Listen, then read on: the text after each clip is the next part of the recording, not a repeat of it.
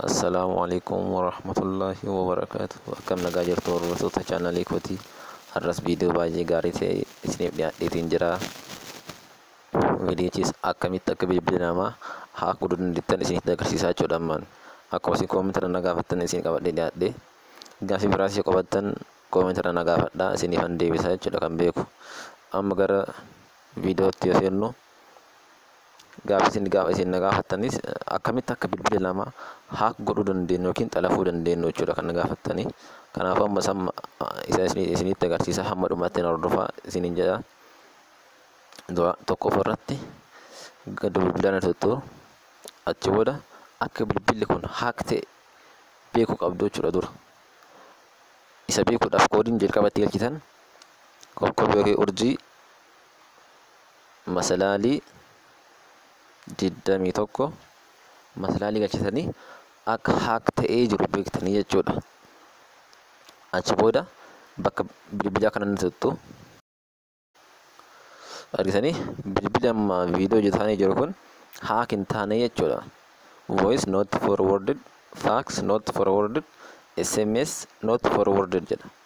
Kanaafuu haak hin taane yookiin xalafamne jechuudha bilbilli kun. Amma immoo akka itti haak godhuu dandeenyu isinitti agarsiisaa jechuudha. Koodiin haak yookiin xalafuutti dandeettaniin kokkobii yookiin urjii kokkobii 21 kokkobii gootaniitiin bilbila keessan itti galchitu jechuudha. Gara bilbila keessanii akka haak ta'uu barbaaddan bilbila namaarraa fuutaniiti koodii kana itti galchitanii achi booda bilbila keessa itti galchitanii jechuudha. Bilbila nama xalafuu barbaadda sarraa fuutanii lakkoofsa siimii keessanii itti galchitan bilbila nama sanii irra jechuudha. Fakkeenyaaf koodiin lakkoofsa qabatee itti galcha bilbila kanarratti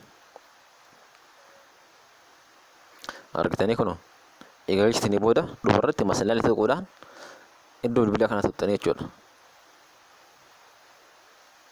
Argitanii kun registration was successful jedheera.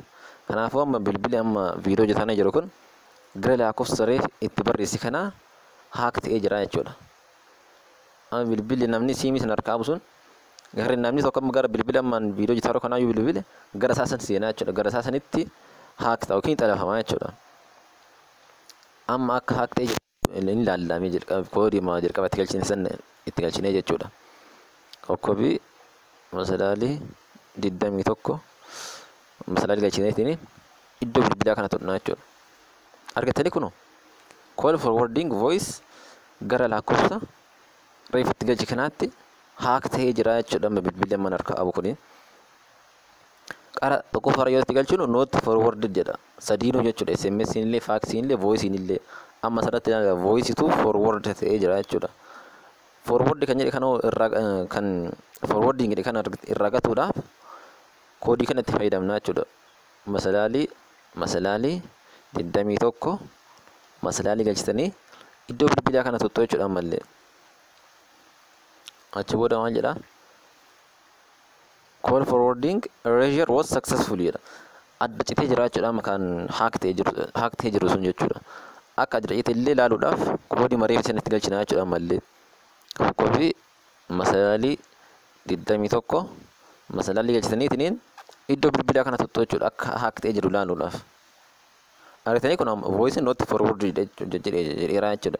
Qara maal jedhe voice forwarding jedheetiin lakkoofsa haak na godhe san illee itti nam mul'iseera jechuudha. Bilbila kanatu gara lakkoofsa haak ta'ee jira jedheetiin na himee jira jechuudha.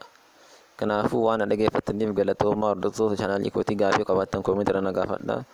Subscribe, like, share gochuun dagatina. Assalaamu alaikum warahmatullahi wabarakatuh.